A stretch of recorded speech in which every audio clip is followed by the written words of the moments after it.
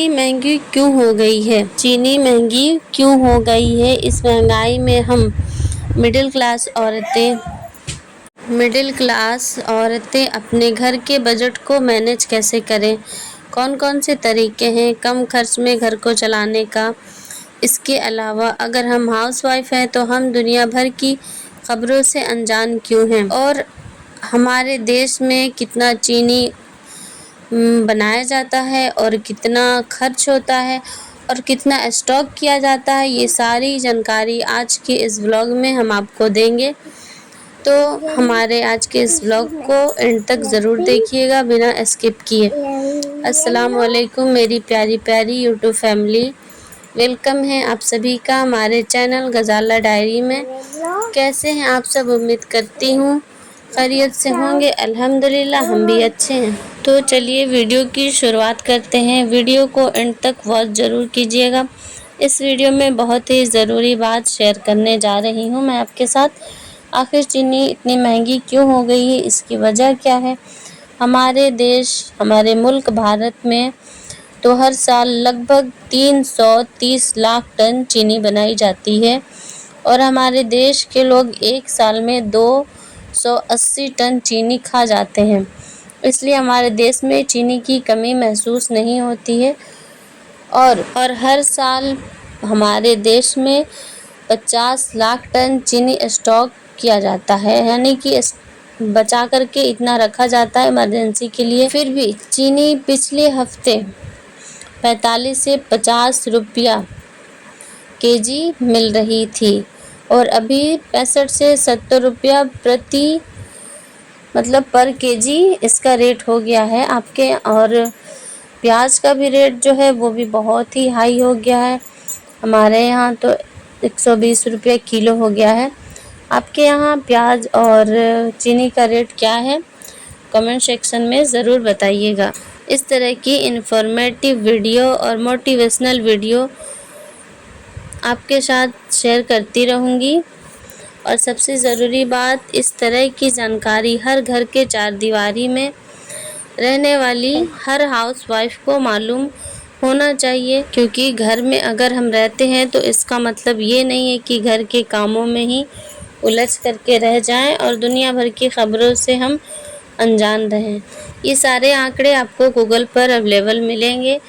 हम अपने से कुछ भी बनी बनाई बात नहीं कर रहे हैं, आप वहाँ सर्च कर सकते हैं।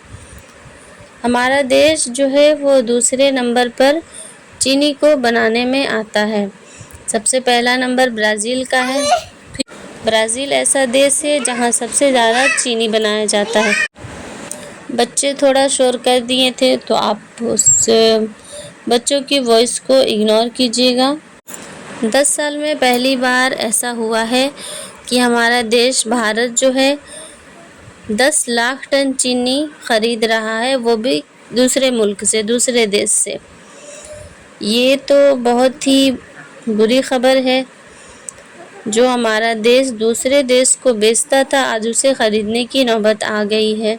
और चीनी महंगी क्यों हो गई है? इसका कारण ये है कि एथेनॉल बनाया जा रहा है गन्ने से, जिसकी वजह से चीनी जो है इतनी महंगी हो गई। दूसरे लोगों का कहना है कि इस बार गन्ने की खेती जो है हमारे देश में बहुत कम हुई है, इसकी वजह से भी चीनी का रेट जो है इतना महंगा हो गया है। एथेनॉल का इस्तेमाल गाड़ियों में पेट्रोल की जगह किया जा रहा है, लेकिन मेरा मानना है कि इससे गाड़ियां भी ख़राब होंगी, उसका माइलेज भी कम हो जाएगा और हमारे देश में जो है वो महंगाई तो बढ़ ही रही है, साथ के साथ अब चीनी भी महंगी हो गई है और पेट्रोल की जगह एथेनॉल का इस्तेमाल किया जाएगा। जानकारी तो बहुत देनी है, लेकिन वीडियो बहुत ज़्यादा लंबी ना हो जाए, इसलिए मैंने शॉर्टकट में थोड़ा बहुत आपको इन्फॉर्मेशन दे दिया है। अब बात करेंगे इस महंगाई में हम हाउसवाइफ, मिडिल क्लास अपने घर के खर्चे, अपने बजट को मैनेज कैसे करेंगी। अभी तो रक्षाबंधन भी आ रहा है। रक्षाबंधन के त्यौहार में मिठाइयों का तो बहुत ज़्यादा ज़रूरत है। जहाँ तक मुझे मालूम है कि रक्षाबंधन के दिन जब बहन अपने भाई की कलाई पर राखी बांधती है तो उस टाइम वो अपने भाई को मिठाई खिलाती है। और मिठाइयाँ इतनी महंगी हो गई हैं कि मिठाई खरीदना भी मतलब कम बजट वालों के लिए तो मुश्किल ही है। तो बस इस वीडियो को पूरा वॉच कीजिएगा। सब कुछ हम इस वीडियो में आपको बताएंगे कि अपने घर को कैसे मैनेज करना है, इस महंगाई में कैसे बचत करनी है। आजकल घर चलाना पहले जैसा आसान नहीं रहा। हर सुबह जब आँख खुलती है हम लोगों की, तो एक बुरी खबर सुनने को मिलता है कि आज ये महंगा हो गया, तो कल तेल महंगा हो गया, परसों सिलेंडर महंगा हो गया, चीनी के रेट बढ़ गए, दाल के रेट बढ़ गए, खाने वाले सरसों तेल, रिफाइंड तेल, सबके रेट बढ़ जा रहे हैं। तो किसी न किसी चीज़ का रेट जो है वो बढ़ता हुआ नज़र आता है। कभी सब्जी महंगी, कभी तेल, कभी दूध, कभी दही, सिलेंडर, मतलब कि जितना भी आप चीज़ें रोज़मर्रा की ज़िंदगी में इस्तेमाल कर रहे हैं, यूज़ कर रहे हैं, वो सारी चीज़ें पहले के मुताबिक बहुत ज़्यादा महंगी हो गई हैं। और इसकी वजह से हमारा बजट भी जो है इधर उधर हो जाता है। लेकिन इन सब की बढ़ती महंगाई के बीच एक हाउसवाइफ ही होती है जो घर के ज़रूरत को मैनेज करने की कोशिश में लगी रहती है। सुबह उठते ही हमारे दिमाग में यही चलता है, आज क्या बनाऊं बच्चों को बच्चे के लिए क्या चाहिए, घर का राशन कितना बचा है, बिजली का बिल देना है, महीने के आखिर तक पैसा कैसे बचेंगे। इसके अलावा हज़ारों ऐसे खर्चे हैं जो मैनेज करना होता है। कई बार घर में आदमी जो है वो लिमिटेड है। कई बार हमारे घर में जो इनकम आता है, जो हम कमाते हैं, वो लिमिटेड होता है। लेकिन महंगाई बढ़ने की वजह से ज़रूरतें ख़त्म नहीं होती और बजट बिगड़ जाता है। ऐसे में सबसे ज़रूरी है कि हम परेशान होने के बजाय घर के बजट को समझदारी से बनाएं। कुछ टिप्स हम आपको बताते हैं, वो आप नोट कर लीजिएगा। सबसे पहले महीने का इनकम लीजिए, उसे लिखिए। फिर ज़रूरी खर्चे अलग कर लीजिए, जैसे राशन, बिजली, बच्चों की पढ़ाई का खर्चा, दवाइयाँ, सिलेंडर और घर की दूसरी ज़रूरी चीज़ें। बाकी अल्लाह हमारे साथ है, वो बरकत देने वाला है। रिस्क में बस दिल से भरोसा रखिए, इंशाअल्लाह अल्लाह ही देने वाला है। अल्लाह ही जो है वो सारी चीज़ें पूरी करने वाला है। हमारी ज़रूरतों को बस नमाज के पाबंद बने, अल्लाह से दुआएं करें। अल्लाह बड़ी से बड़ी मुश्किलों को भी नमाज की बरकत से टाल देता है। इसके बाद जो चीज़ आपकी ख्वाहिश है उसे रोक दीजिए फ़िलहाल के लिए।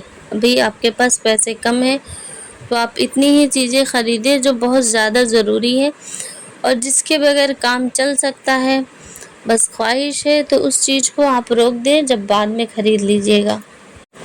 हम अक्सर छोटी छोटी चीज़ों को छोटा खर्चा समझकर नज़रअंदाज कर देते हैं, लेकिन यही महीने के आखिरी में एक बड़ी रकम बन जाती है। अगर हम बाहर के खाने के आदी हो जाएंगे तो बार बार बाहर से ही मंगवाएंगे। इसलिए बाहर से मंगवाने के बजाय कोशिश करें कि घर में कुछ अच्छा बनाइए, फैमिली के साथ मिलजुल कर खाइए। और पैसे भी काफ़ी खर्चे होते हैं तो आपके पैसे भी सेव हो जाएंगे और खाना भी हेल्दी होगा और लजीज भी होगा। फैमिली वाले भी खुश हो जाएंगे, लोग आपकी खाने की तारीफ़ें भी करेंगे और ऐसे में आपस का प्यार और मोहब्बत और फैमिली का जो बॉन्डिंग है वो अच्छा होता है। दूसरी बात, सब्ज़ी ख़रीदते समय भी इस बात का ख्याल रखिए कि आपके फ्रिज में ऑलरेडी सब्ज़ी पड़ी तो नहीं है, वो ख़राब तो नहीं हो रही। पहले उसे यूज़ कर लें, अगर वो करने लायक है तो ख़त्म कर लें। उसके बाद आप फ्रेश सब्ज़ी, नया सब्ज़ी मार्केट से लेकर आइएगा। बचे हुए खानों को भी हम नई डिश बना करके इस्तेमाल कर सकते हैं। कुछ लोग खाना बहुत वेस्ट करते हैं। कभी भी अनाज को डस्टबिन में मत डालिए, वो भी आपको बद्दुआएं देता है। जितना ज़रूरत हो उतना ही बनाइए और उतना ही खाइए।